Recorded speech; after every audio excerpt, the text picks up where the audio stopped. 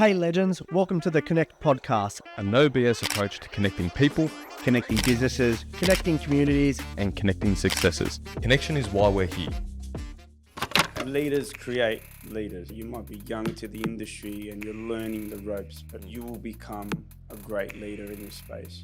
It's only natural, if you haven't done a lot of work on yourself, for a person's defense mechanism to kick up, and that person would see it as a personal attack. What if in that moment you stop, put your ego to the side and ask yourself, where is the truth in that? You're not going to find that out in an employee until you give that first bit of criticism, because you're going to see how they're going to take it. And it might not be criticism, just feedback. Hey guys, welcome to the Connect podcast. This is episode 5, and today's topic we are talking on staff and team in business. I'm joined today by Ron, Pat, and myself, Ben. And the topic is based around hiring, managing, and leading people is the hardest thing in business. And this is a major topic for us. So, boys, we ready to connect? Let's connect. Let's go. Fellas, after the last episode around mental health, I think it was episode 3, we had a lot of business owners come up to us and mention that their mental health was directly proportionate to what their team was like and what their staff was like and that sort of a thing. A lot of business owners and managers in positions where they're dealing with other humans in their business find it very exhausting to deal with employees at a lot of stages in their business.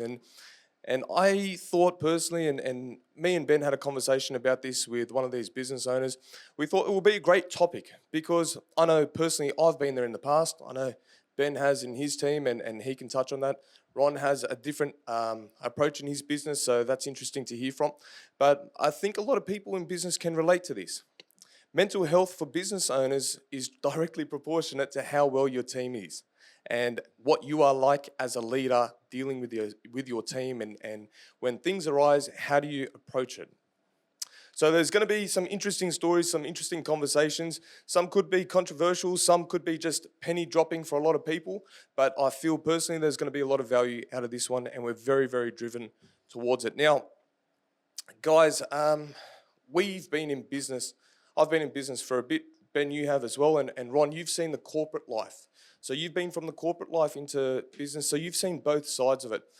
Did we want to start off by mentioning sort of what the exhausting parts were in your positions in the past in business when you have dealt with team members that were not so great, that has affected your mental health, or has just been an exhausting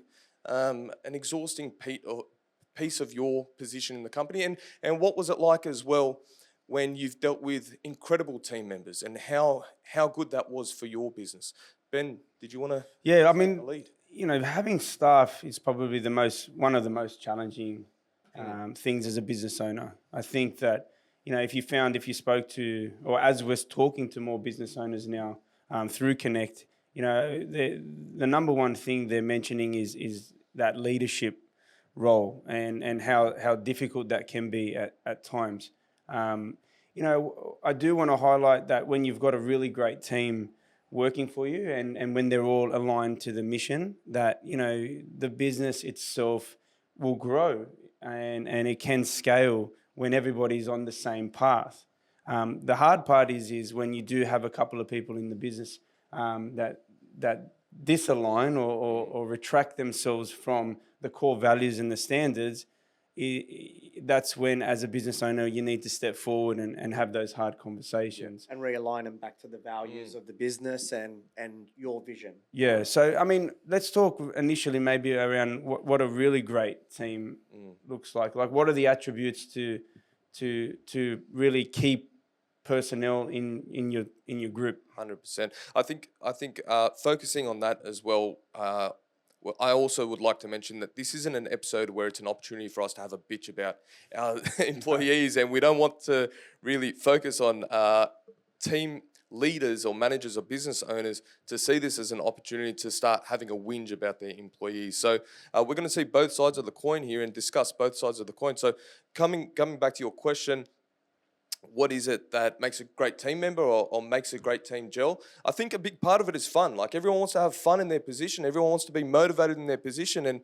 And you want them, they want to be there, right? Yeah. wanna And it be- comes down to but focusing on the job, focusing on the task, but a big part of it as well is just focusing on having a good time while carrying out that task. Yeah. If the job gets done, it gets done to expectations, and you have a good vibe and a good time doing it, how good is that? Yeah, Like, and it's- everyone wins. Being energy focused, I think making sure that, everybody, if you're on the job site, the music's on, everyone's having a good time, smiles on their face, Positive. Just have a positive laugh, environment, enjoy and it's a bit exhausting and a bit draining when someone brings a bit of a low energy sometimes to the conversation, or someone brings a bit of a low energy to working on site.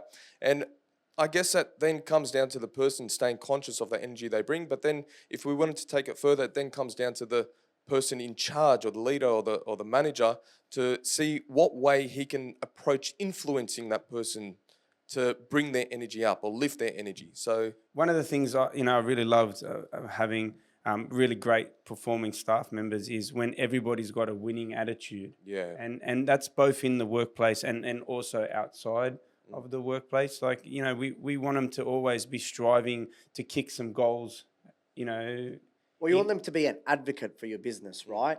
Not just the worker. Yeah. You want them to promote your business when they don't need to. That you talk about your business and how good it is there. And look, we all want to create that environment, but it's easier said than done. I want I want my guys to, and I said this before off camera, I want my guys to have the logo on their screensaver. Like, I want it to feel so connected with the business itself that they're proud of they're working really proud. They Yeah. put it out on their bio, on their Instagram, that they Yeah. work there. And then it's respected. If they were to go on and pursue other things, that they can say that they've worked for the company, and that will help them on their resume in future opportunities if they take those. Yep. I want them to be proud that they actually work with them. And again, it goes back to us building the brand of the company too. The ownership's on us to have a credible business that they can be happy and proud to work at. And look, I think sometimes a lot of us as business owners, some of us haven't gone down the management route, right? We're good at what we do in terms of our occupation or our industry, but we've never stepped into a management role. So then all of a sudden you've opened up a business and you're trying to create that culture, you're trying to manage staff, but you're also learning how to do it along the way. So you've got this vision and you want to create fun, but it's like, well, how do I do that? Because if you're getting the wrong people and you have this vision and you're not getting there, that's when you've got to start looking at, okay, what's my management process? Such an important point, man. Pat, me and you have played in this space a bit where we've built out our core values and the mission statement.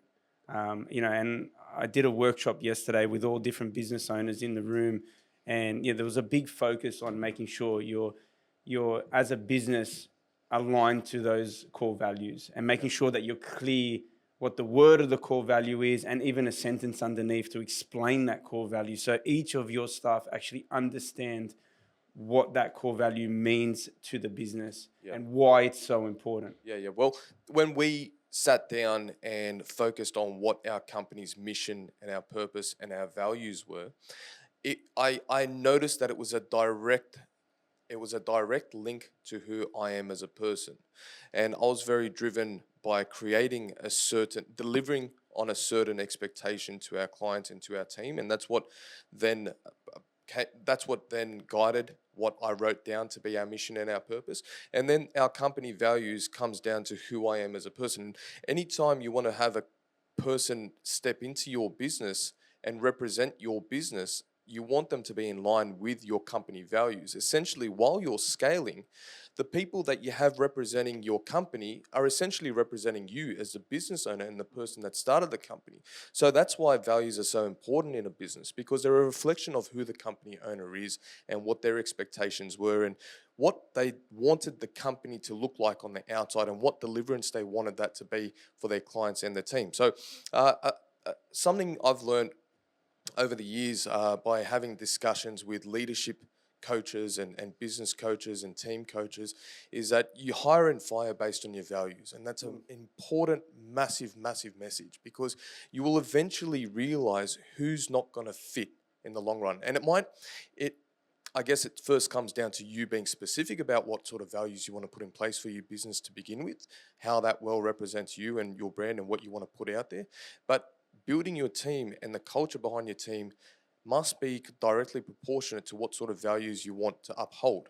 And hiring and firing based on your values will only filter the people that will best suit your company to grow in the future. There's got to be business owners out there listening to this that, you know, they're seeing those red flags from those particular staff members, and then they're holding on because they're not sure, and do I have this tough conversation with the person, you know, and they're really good for some things, maybe that employee, but then they're just missing the mark on certain things. And then I find that you always have to realign back to the core values in your mission, because everything, all your decision making should come or must come from those values. But at the same time, you know, when it gets to that stage where you know there's someone just not quite there, we've invested, you know, time, money, resources to that person. So you want to make it work. And sometimes you're just holding on to that hope that it's going to work out. Yeah. But you just sometimes have to go, you know what, I have to break it off when it comes down to those vision, like the goals and the values. And you got to go, you know what, it's going to take more time, more money, more resources in order to just get them to. And that's why you hang on. You hang on because you have spent time and you're connected with the person, and, you know, you draw your pros and cons, and there's some really great things about them, and then some not so great things. And if those outweigh the pros, then that's when you need to make a decision. Ron, you mentioned something before about how you want to hold on to certain team members because you've invested this time and this money into them, and sometimes they may or may not be a good fit. And it's always an emotional at the start, and every business owner that has had team will 100% relate to this. At the start with hiring your first team members, you've never done it before. So it's your own money that you're paying an employee to come do a certain job and fulfill a certain expectation. So your expectations are through the roof with what this employee is expected to deliver because you're paying them. Yeah, Man, and it's not I'm one paying out of you. 1,000, it's 1 out of 1. I'm paying you to do this thing. Why don't you just do it? Yeah. And why don't you just not have a fuss? Why don't you not give me headaches? Why don't you just fulfill it to my expectations? And we've all been there in the past, and I can certainly put my hand up there and say I've been guilty of this at the beginning, but over the years I've learned. So hiring my first team member, an employee, is a lot different to now hiring other team members. As an employee, sorry to cut you off, but as an employee, you're being paid to not give your employer, your boss, whatever you want to call them, headache and grief and more complication. You know, the expectation initially, without going into the job description, is I'm here to assist the company and help my employer be great. You know, and I think that the lines are blurred sometimes with certain staff members, which creates that sort of mental anguish, like to and the resentment. situation. Yeah, Resentment, because sometimes people don't communicate what their thoughts are and what their internal feelings are, especially in a employer to employee setup. And in a small business, right? There's less people, right? So it's you giving feedback or you saying your thoughts is just between around a table, right? Yeah. Whereas if you've got employees that are 1,000 employees, there's a lot of feedback, and it could be the same, environment or the same thoughts that a few people have. But if you're just the only person that has, those feelings or that resentment or whatever it may be, you're just one person dealing with one employer. Yeah. So I think culture is a huge part of this. You know, making sure that you're building the correct culture internally with your team. And it is really difficult to do. You know, I've tried different strategies and ways to connect differently with different people. But I think in today's world, people are driven by different things. And it's about identifying Yes. what that is. Right? So that's the part that I think all business owners need to get right, is to identify what that particular person wants from the business. And then in order for us to work together and then to grow and to continue our great working relationship, my job is to take ownership in assisting my employee to fulfill that need. So one of the ones, I did a workshop and they talked about the 5 currencies of staff. And then the first one was dollars, right? So number 1 was dollars. And they talked on employees that wanted security or maybe driven by incentive or how much are you paying me? That's the underlying thing that they want when they turn up to a new company is like, how much am I getting paid? Or just the security of when do I get paid? Do I get paid weekly? That type of approach, okay? The second one, and interject when you want, the second one was growth. So when they come to the company, they want to learn, they want to self-develop, they want the training. So is the company fulfilling that need in giving them that sort of level of training? The third one was progression. So what can I work up to if I am a part of this company? Is there a progressional pathway for me to step forward into different roles? Yeah. Some people, again, are driven by that. The fourth being culture. Some people, and I know I was connected, I'm connected to, if I come to your team and you give me the mission statement and the standards and the values, that's me all the way. Like, I want to know who we are, what's the identity of the company. And if that fits me, then I'm going to be with you long term. Yep. And then the fifth was flexibility. So the staff member that work-life balance. Work-life balance. You know, they want to know they can take that day off to go and play golf on the weekend. They want to have that flexibility where they're not locked into the corporate world. 8 to 4, so they can go home a little bit earlier. Yeah. And just... Can I work from home? Or these are different conversations now. But these were the 5 currencies in today's market that each employee wants from a business. It's no longer transactional. I pay you every week. I demand you to do this. You must be blah, blah, blah. You got to get away from that and now be having conversations one-on-one. I guess that in itself, as an employer, would sound exhausting. Having to accommodate, and I think a lot of the times employees don't realize how much is involved in being a business owner. And that's why people have come to us after the mental health episode mentioning that, hey, as a business owner, we don't get recognized anywhere near as much as we should, knowing how much we deal with mental health issues just because of our team. Just because of this person is taking the piss and he's expecting me to accommodate for him, even though I'm paying him or I'm paying her, and she's called in sick 20% of her employment and that sort of a thing. So these sorts of things directly are proportional to how much of an effective leader you are in your company. And I've learned that the hard way, because it's only until you get dragged through the pain and through the mud and through the exhausting moments of dealing with certain humans in your business that you start to learn different skills required to facilitate certain conversations that have to happen for your business. And at the start, like what I was mentioning before, at the start, an employer hires a person for the first time ever. They set expectations in place, they pay them a wage, and then they think to themselves, okay, you do you now. I've set you up, I'm paying you.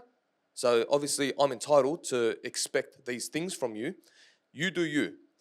But how often does an employer think back to themselves, or how often does a manager, and a lot of this is very important for first-time managers, how often do they ask themselves, have I given them the right tools to fulfill their position, to carry out those jobs, to carry out the tasks? Have I given the right guidance? Have I been there along the way to hold their hand at the start, to then set them up to succeed in the position for us?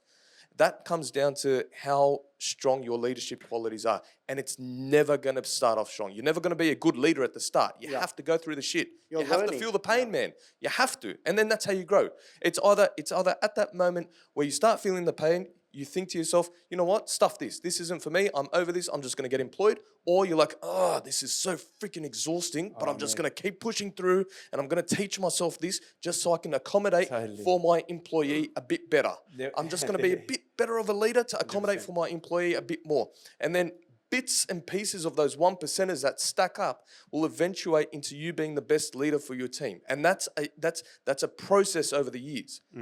Yeah, there'll be many business owners that have, because as a business owner, you start to question yourself in that situation. So, 100%, man. Jenny's coming late all the time, and then you start to think, and then Jenny's not happy, and then Jenny misses the phone call with the client, and then the little things can't come. And you start thinking it's you. Yeah, and then like, you actually do they question. not want to be here? Do they not want to work for me? Is it what am I doing wrong? totally. You always question yourself, like, Yeah. can I make some changes? And the pressure surmounts, and the people that we are talking to off the back of the last show, the business owners, they're struggling in this space a little bit because they do have that staff member that is creating a bit of a toxic vibe in the group. And I think now this is why I think offshoring has become such a big industry, because people don't want to manage staff. They don't want to have to deal with being able to have those conversations. They just leave it to someone. I know with me, I used an outsourcing company because I knew I wasn't a good manager. I've never been in that space, and what I might say might not be HR. Yeah, so worthy. because you know what you want to say, you know the results that you want, but is it like, can I say those things? Because you just want to say some things, just get your head in the game, Yeah. But when you offshore, you can go, you know what, someone else has a responsibility, but they're going to still be in my business. So like, I know with all of us, we've got the combination of having people onshore, having people offshore, and then creating processes through AI, which is now becoming such a big thing as well. So when you're starting to go for that first employee or starting to scale, you've got to start thinking about, is it onshore, is it offshore, or is this an automated process that's going to help my life? Yeah. If you can go offshore, where you can. Like I can't go offshore with roughing in electrical wires in it. So, but can you go offshore with your marketing, your social media content? There's a power. So it's all about writing down the tasks, the tasks that you love, the tasks that you hate, the tasks that are time consuming, and then what are the resources that you need in order to help with getting rid of the stuff that's just taking time. Yep. If you charge $300 an hour for your role, what is the task that's $20 an hour that you shouldn't be doing? Start delegating those ones, because your time ends up being more valuable doing the things, higher up things, man. You're the freaking business owner. Your time needs to be at a $300 per hour level, not having to deal with a $20 hour per job. And 100%. That's why you bring employees in. And it's about knowing when to do it. And look, I know for me, when I finally pulled the trigger on my first employee, I was like, I should have done this a long time ago, because you're hitting your profit margin, right? You think of it as a cost, not as an investment for the first one. Yeah. As soon as you start getting your head around, these people are investments to my business, and this is helping me get more money or bringing more money in and scaling my business, that's when you start to grow. Yeah, look, what you're saying is right. I'm going to question when you say my business, though, because essentially it is also their business. Our business. 100%, 100%. Because sometimes employees think that a business owner is full of money. They don't know that sometimes a business owner runs out of money. Yeah. All they see is a wage in their account every single week. They don't know the struggle that you're dealing with in the background, sometime through phases in the business. Man, there's been months on months. I personally, as a business owner, didn't pay myself a wage because I knew I had to prioritize my. Yep. You'd rather pay your employee than pay 100% yourself, I have to, right? Man. My responsibilities are there. Yep. They didn't sign up to what I signed up for. They signed up for a job, and they sign up to get paid on a weekly basis, get their super paid, get their insurances covered, all that sort of stuff. It's my responsibility to make sure I cover that. When I'm in a position where I can't pay them, I have to find a way to pay them. 100%. And thank God, over the years, never ever missed any wages, weekly wages. They don't know any of that stuff. They just see it on the outside. You know what? I bet my boss is a millionaire. Well, I bet my boss is so rich. Well, what they see is money coming in, right? They see money for the services, the products, whatever. They don't see all the costs. They don't see the office rent. They don't see all the invoices, the BAS, the GST, all that stuff that we see. And that's why a lot of business owners deal with mental health issues regarding their staff, because the business owner is emotionally triggered by the stress loads and the financial strain and the scalability strain and all these things in the background, and then they're having to accommodate because one of their employees are just taking the piss, or they just don't feel like showing up today, or they just don't feel like bringing the right energy. Yeah, it's an extra. Like, come on, man. Like, now I have to deal with this. So we get it. We 100% get it. And we've been there. But when I mentioned before that it's our business, not my business, a lot of the times employees forget to remember that the more they put into their position, the more fruit that they reap later, because the more successful the business is, the more successful their positions get, more opportunities they get in that company, the more scale that company gets. The longer you are there, the more credibility you build in that company, the higher up you get, the higher up the wages are. Maybe if it's a good year, the owner takes you on a holiday. They do a team planning trip overseas. They reward their team, and then that comes down to great leadership when you have a great team. And a great team is supposed to create great profits for the business and support the business. It's a circle that goes around. Yeah, totally. I mean, you said something before that was powerful. You know, the team's job is to take the pressure off the company, right? So we moving in this. If I'm an employee, I'm moving in a direction so that I'm removing the weight of the pressure that my boss is having to feel externally, the pressures that I don't experience. Like, I go home at night and I go to sleep. I can clock off very easily, where I know and should know that my boss is carrying where's the next job or the next quote or the next, and he continually has to do that and forward think in order to keep this company afloat.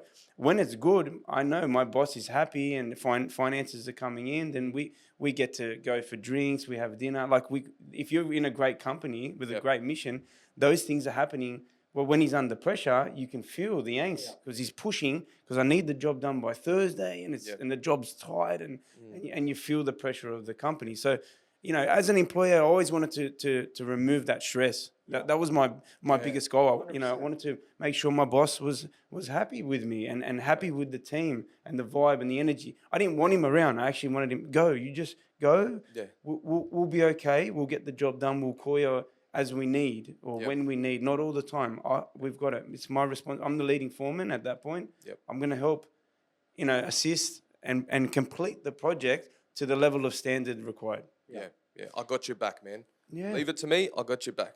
Yeah. You've brought me up. You've taught me all My these boss, skills. Pat, used to drop something on the floor and I'd lean down and pick it up for him. I wouldn't let him bend his back. Yeah. As a painter, I was an apprentice painter at that point. And he used to drop something on the floor, not purposely, just to be an asshole, but like he genuinely dropped something on the floor. And I remember as an apprentice... You didn't need to be asked. You just did it. I'd pick it up for him. I wouldn't walk over some tools and not pick them up like I see it on the job site now. You know, it's those things that I talk about all the time, the standards that you carry as well.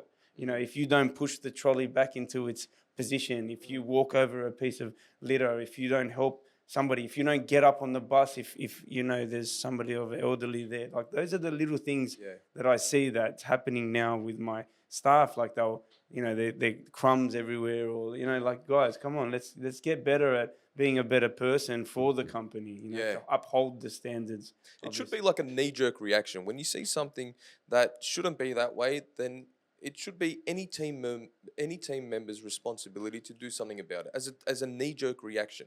Yeah, it shouldn't sit right that, hey, I'm just gonna oversee this because I'll leave it so somebody else can touch it. Yeah. Imagine that.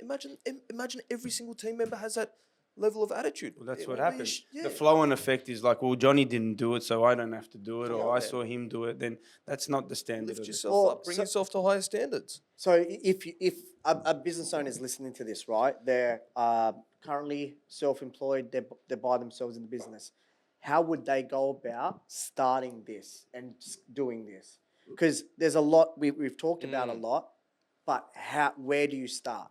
Where do you start in terms of the values, the structure, getting the right, I guess, resume for the person that you want to attract? Yeah. It's a good point. I mean, it's massive. I talk a lot about core values and mission statement. I think that has to be done very early. I didn't do that in the beginning. I just believe that they would run by my standard. I think we get like a quote or a motto that goes with our logo, right? And you explain it to people why you set things up in that, but it's never written down. Yeah. I think, like Pat, you did very well in terms of writing those core objectives and your values down, and you did it and would always emphasize that. Let's get specific about exactly what we want. Yeah. Let's get specific about goal setting. And a lot of people disregard goal setting for the business. They don't realize how important it is. But what about goal setting for a team? What about goal setting for a culture? What about goal setting for performance? What about when you're goal setting for those metrics, you write this stuff down and you bring it to your team, and then you add inspiration and influence behind it and bring everyone together. Imagine what that team will look like. And then imagine how nice and vibey that team would be, and imagine how much of a difference that will make on the business owner, pushing the growth of the business to then go into different places. And it's all that's why I bring it down to leadership. It's a leadership thing. I definitely wouldn't have learned all this stuff if I didn't go through the pain in the past. That's another point. So if you are thinking about employing someone, I think you need to work on your own leadership skills. Yeah, 100%. Because like I said, we go in, like I'm a financial advisor, right?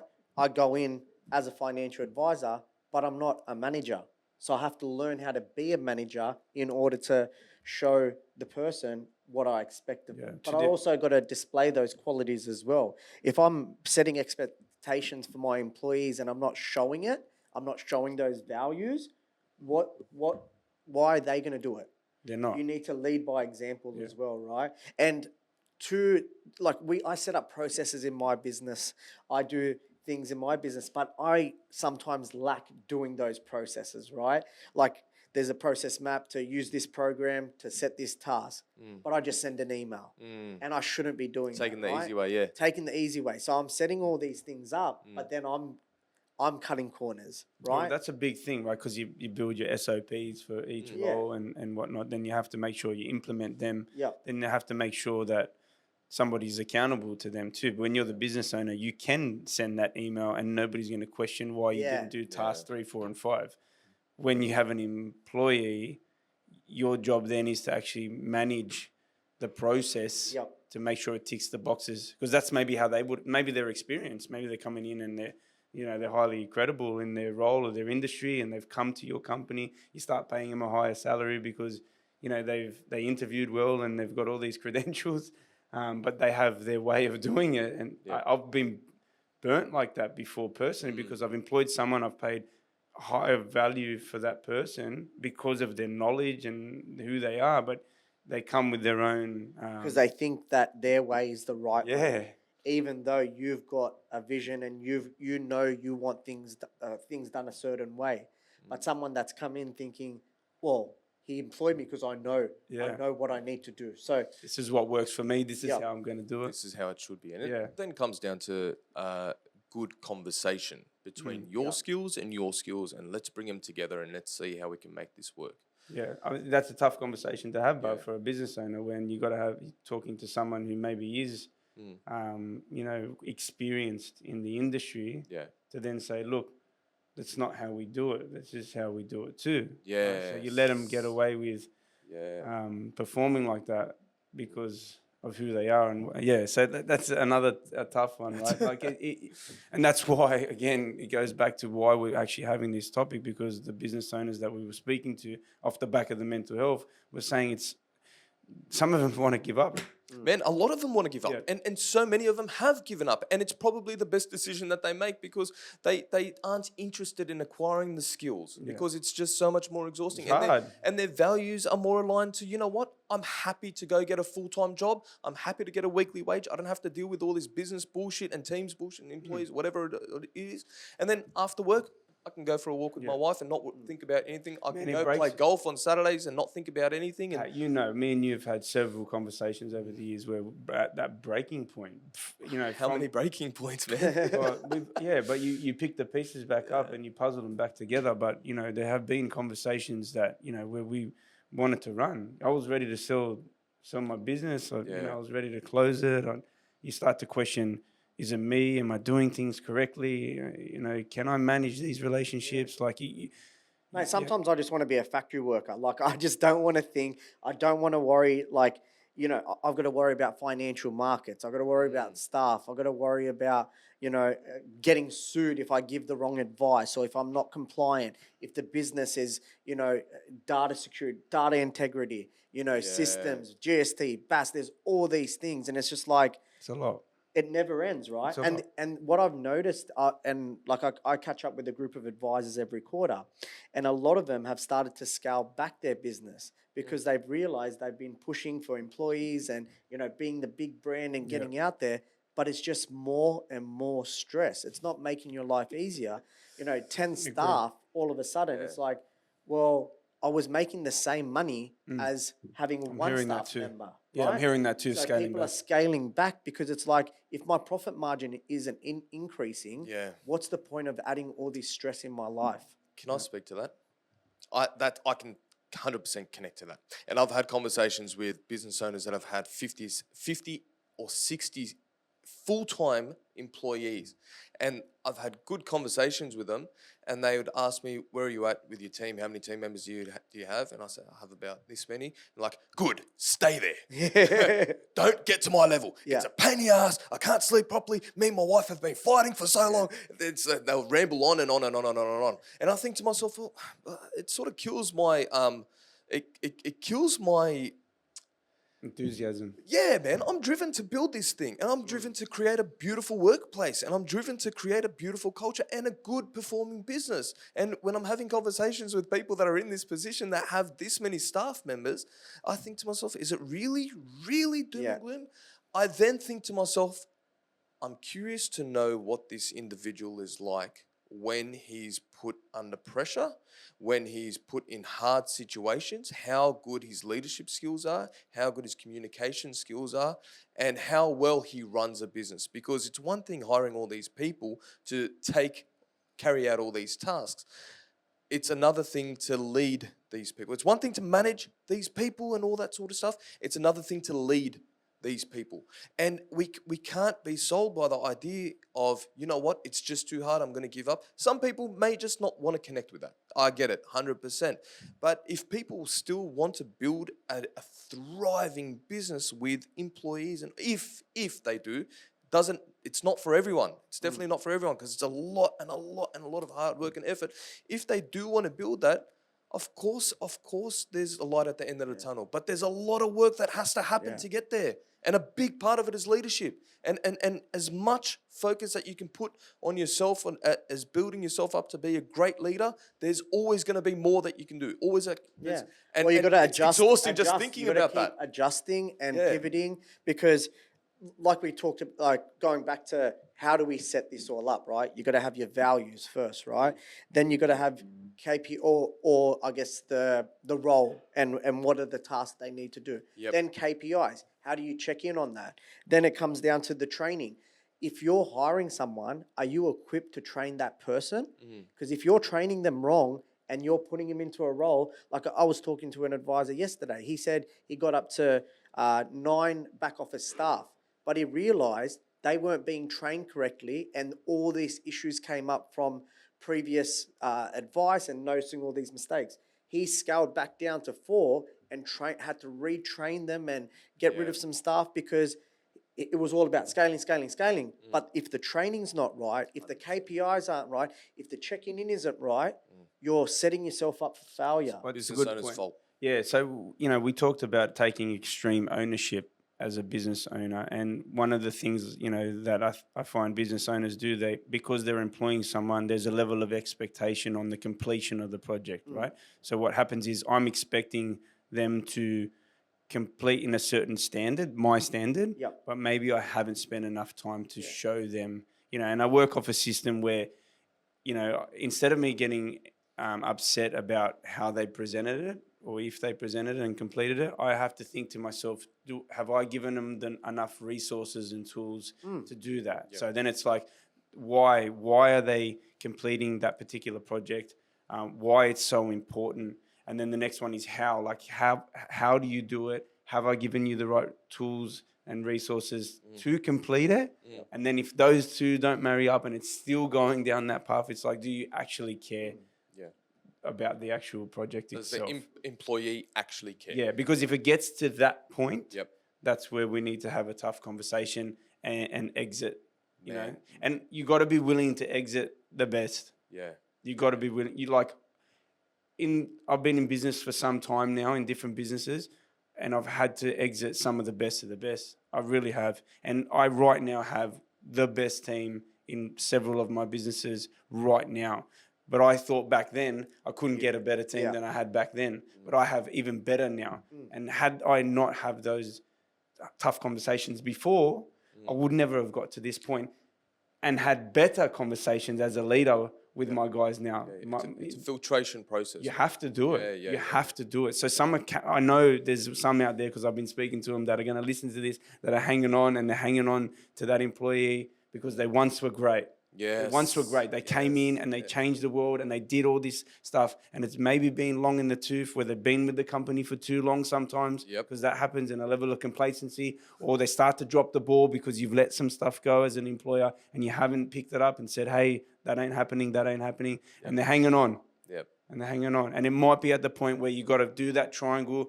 You know, why is it important? Have I showed you all the resources? Now we're at the care factor. Do you actually care anymore? Yeah. Because if you don't care anymore, then we got to handshake, high five, fist pump, and do it nicely. Sorry. Don't drop your grenade Yeah. and leave. Do it in the right way. Appreciate the company that you've worked for some time. Appreciate the pedestal they've put you up on, the training and the resources that they've given you, and then leave amicably. Yep. Yeah, that's a powerful message, man, and it really ties it all in correctly. It's like you give them the resources. Did I actually give you everything you need? Yes. Okay. Well, how much do you actually care? Yeah. I think you know, the hardest thing to grasp, like, there are moments when it's like, do I downscale? You know, because had enough? Yeah, like you've had enough, you know, and I think that, How many times have you thought about that?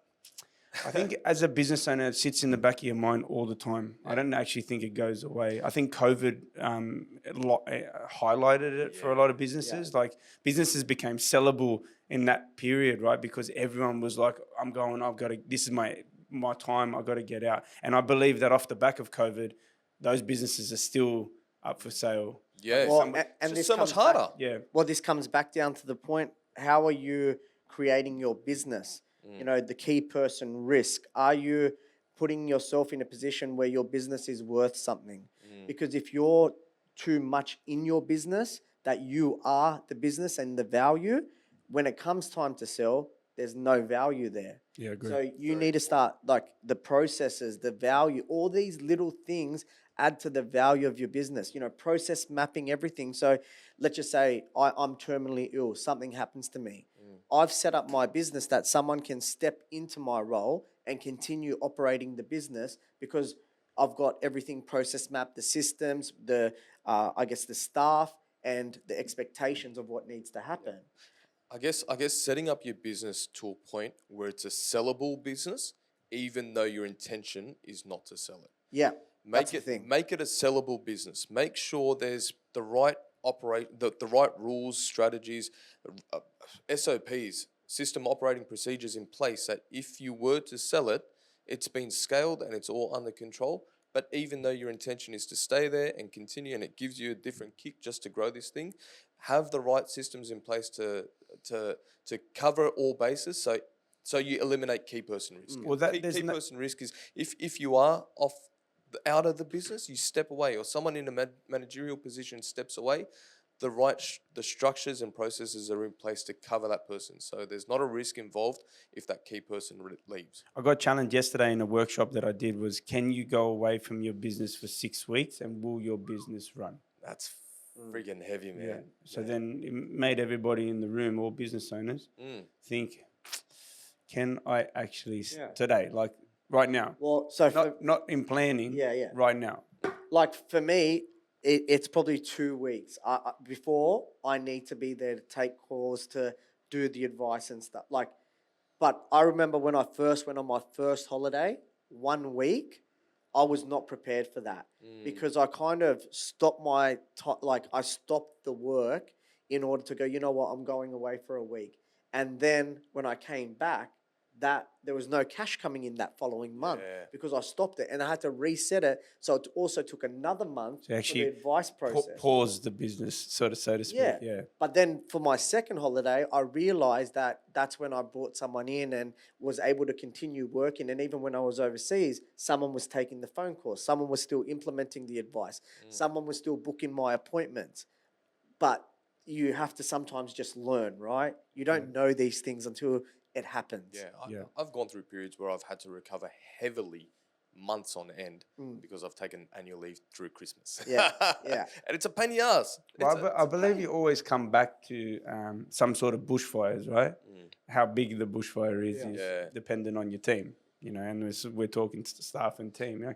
What was interesting with this workshop was actually challenging us to take the time away and not necessarily to have a holiday, so to speak, if some couldn't afford it. It was more to give people the opportunity to step forward in the business. Step up. Yeah, because a lot of the issues that these guys were having in this particular workshop I was doing was actually letting go to their staff members, right? So talking of micromanaging that we were speaking of before, they were too much over the top. Yep. One thing, after so long myself, I let my guys be free. Yeah. And I have had to let go a little bit, right? And as long as the targets are being hit and everything, the standards are being met, then I've got to let them have their flair. Was that a hard moment for you? It's still hard. Let's be honest, it's still hard. I don't think I've fully nailed it because there's certain people need a little bit of guidance and assistance and help.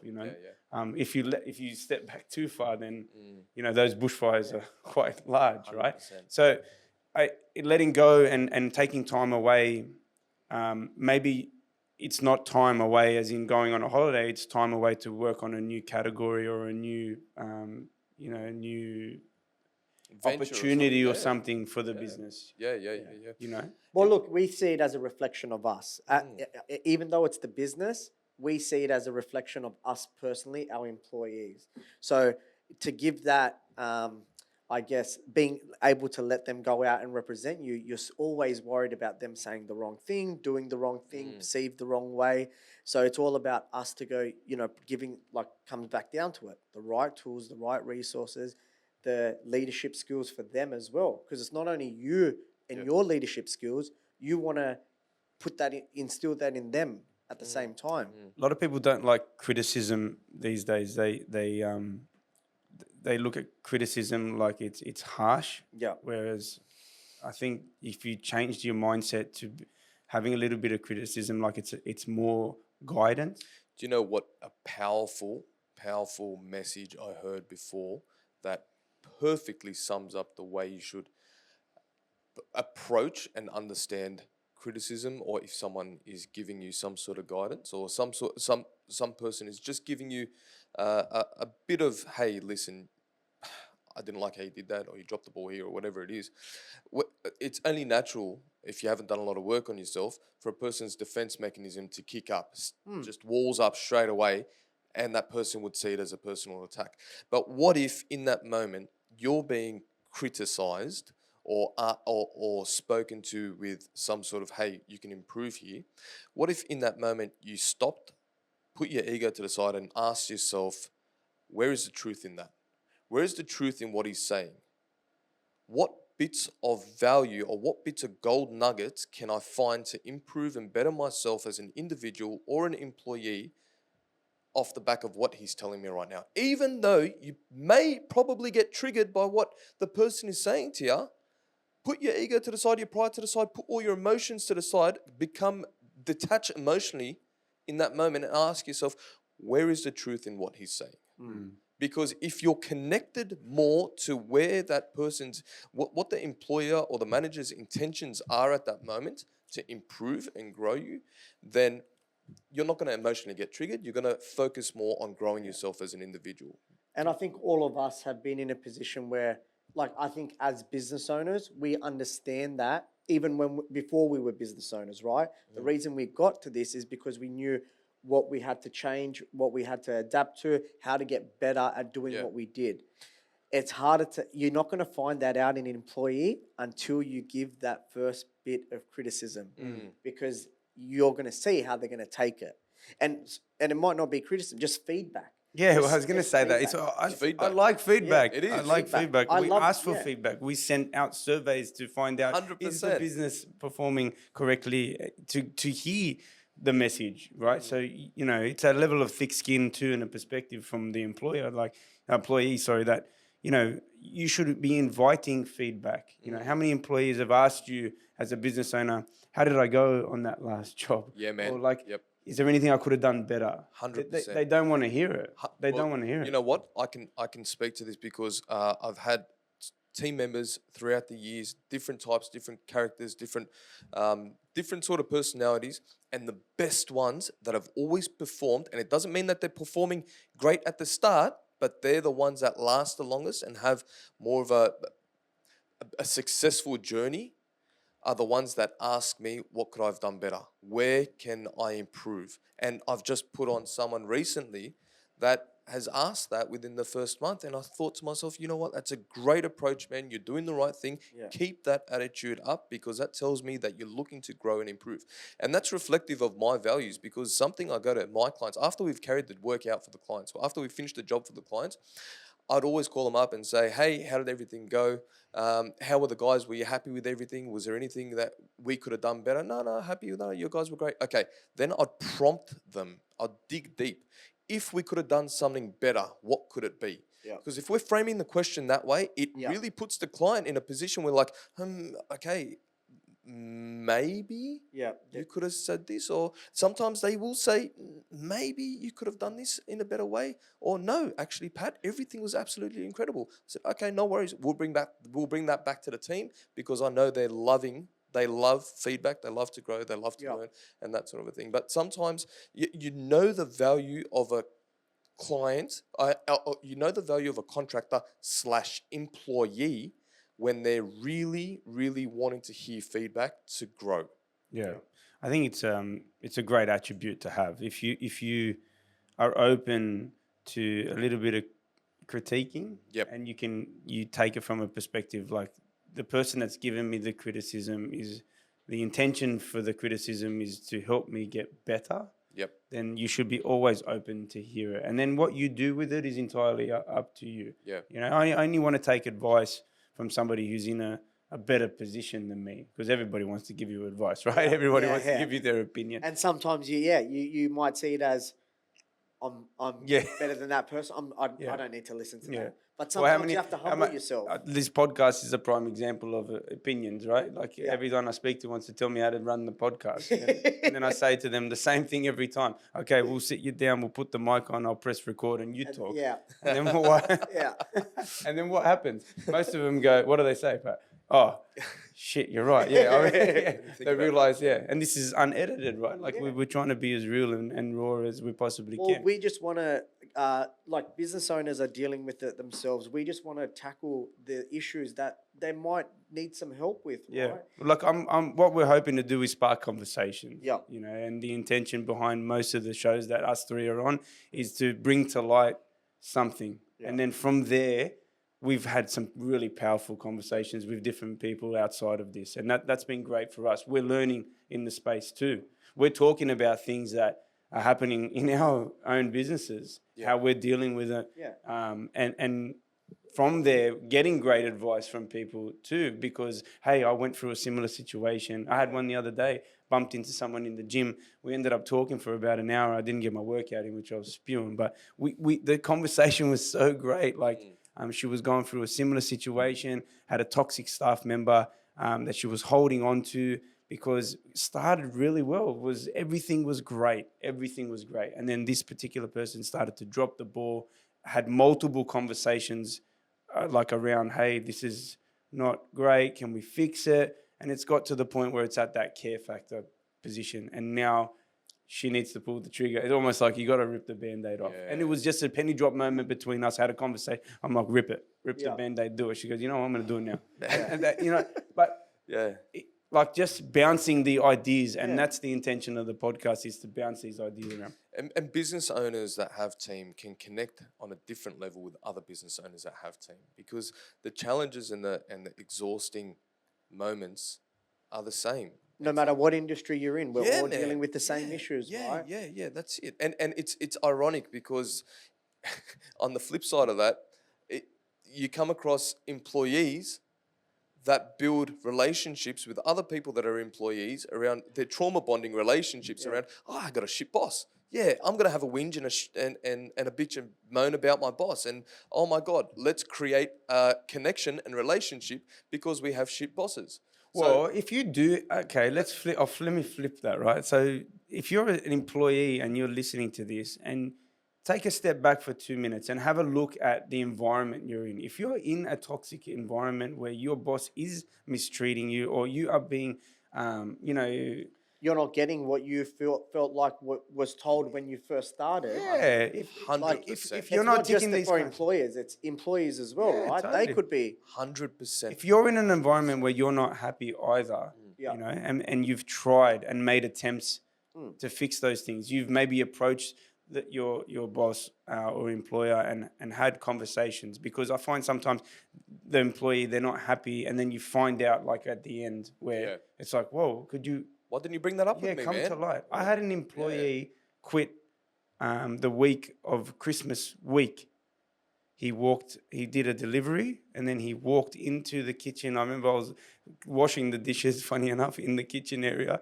And he walked in, and like there were no signs of him being unhappy. Everything was great. And he just walked in the door and said, hey, I'm just giving you my 2 weeks notice. And I was like, you're joking, right? Like, it's a what the week hell? outside of Christmas. Like, who am I going to employ at that time? But no signs of these discussions. And then again, the employer approach comes. I sat down. Hey, can we work through this? Like, what's going on? Why are you unhappy? And trying to, like, if there are signs that you need to make a change, at least have the conversation if your employer is the right person to talk to. Yes. And look, and this is where employers maybe need to go, you know what? I know something might be wrong, or maybe your employees might not want to speak up. So then let them send an anonymous survey. Set up a survey. It's anonymous. They can send their feedback, because some people might not want to say what they're thinking because they don't want it to come from them. But if you've got a few employees, let them do a survey, so then you can address some issues and not pinpoint anyone, right? So just changing things or processes in your business to let people speak up, right? It's circumstantial between businesses. Yeah. And sometimes it might be, like for me, right? I tried to get a few people in the office. They didn't work out. And I realized, like, maybe it's me. Maybe I'm not training them properly. So that's why I did go to the outsourcing route, right? I removed that part of me having to manage, me having to set KPIs, because someone else was doing that. All I had to focus on was making sure they knew my process, they knew how I like to do things, but someone else was training them. So sometimes you have to go, you know what, if staff isn't working out for me, do I need to look at outsourcing? Do I need to maybe look at, like, even if you've got someone running your website that chats to people or customers, can you get an AI bot to do that? Automate stuff. Now there's so many different options available where the staff, if that is your biggest hurdle, you got to start maybe thinking about pivoting. Agree. In the interest of time, boys, it's funny, this conversation steered in different directions, because we talked initially about team, but then we also talked a lot around leadership, and I think those go hand in hand when you're running a business. The team's responsibility is one part of a successful business, and then the owner of the business or stakeholders are also responsible for their input. And both play a part to make our business grow. Massive. Is there anything we want to point? It's been pretty. We could do several conversations. Talk about this stuff I all know. day. We literally could. We Yeah. literally could, and we probably will. I'm sure there'll be people that reach out from this, and we'll bring this to light again in the potty. I think just to kind of wrap it up in terms of, for someone, like, we had some great conversations, right? But I think, like you said, values, training, your own leadership skills, expectations, setting that all out at the start, you know. But if you are getting employee, you also got to think of, you know, salary, superannuation, the office space. You need to think about how to continue elevating them. Like, you got to start thinking in the future, long term, right? You're not just thinking about getting that person and then, okay, that's it. Yeah. Like, there's so many things. And if you're not prepared, you're going to have issues and you're going to have more stress. I think getting clear, like what you said, getting clear about expectations, getting clear about what needs to be the results and the KPIs around your position as an employee. So the employer and the employee has to have that conversation and touch base with it every now and then ultimately build the leadership and guidance around supporting them in that role and then letting them flourish. Yeah. Now, some employees become reliant on managers and people that are, so you want to make sure you're guiding them, showing them the ropes, supporting them for the first bit, then throwing them out there, letting them do their thing, and then coming back and giving adjustments. Hey, you could have done this a bit better, that a bit better. Okay, perfect. Now we've set you up. But some employees don't know how to pull themselves out of being reliant on someone. And then that then comes down to conversations and ultimately everything back to leadership, because essentially you want to build, influence and grow leaders and connect. And you ultimately want to build leaders in your organization. 100%. And by building leaders in your organization, you have to educate your employees around what builds a leader, what makes a leader, what are the leadership skills, what's involved in looking at life and looking at jobs and looking at clients and looking at communications the way a leader would. Leaders create leaders. Yes, yeah. And you might not be a leader yet. You might be young to the industry and you're learning the ropes. But at some point, if you take everything on board as a really good employee, you will become a great leader in the space. Yep. And it's ownership from both parties. Well, boys, I think it's been a really powerful topic. You know, like I said, we can bring this to light again. Yep. I hope you guys have got lots of value out of this. We've got a few guests coming up that I'm really excited about. I won't drop it, but, you know, the people that have reached out have been significant players in different spaces. Yeah. So it's going to be really fun and exciting these next couple of episodes. Yeah. Episodes. You don't want us to do any push-ups or anything? Nah, or you're all good? No challenges? No, nothing out of left field? Nothing today. Nothing today. But I think we had a great chat. And look, if you are a business owner and you might, you know, need some help or guidance and you just want to reach out to the podcast. We've got a lot of people in our network that can help you, depending on how you want to scale or what help you need. We can put you in contact with them. And our intention behind the podcast is supporting our business owners in our area, in our region, and connecting as many people as we can. And we're seeing this as an avenue, and we're always looking for support with this, through this, pushing this out, having those good conversations and really building this into a mammoth to support as many people as we can in our area. Agree. So like, share, subscribe, baby. Let's go. Thanks, guys. Connect. See you guys on the next one. Thank you. We made this a free platform because we want to educate and add value to your business world. All we ask for as a payment is to hit the subscribe button and share it with people that you know would benefit from this conversation. If you want to elevate your connections, we'll see you at the next Connect MacArthur event.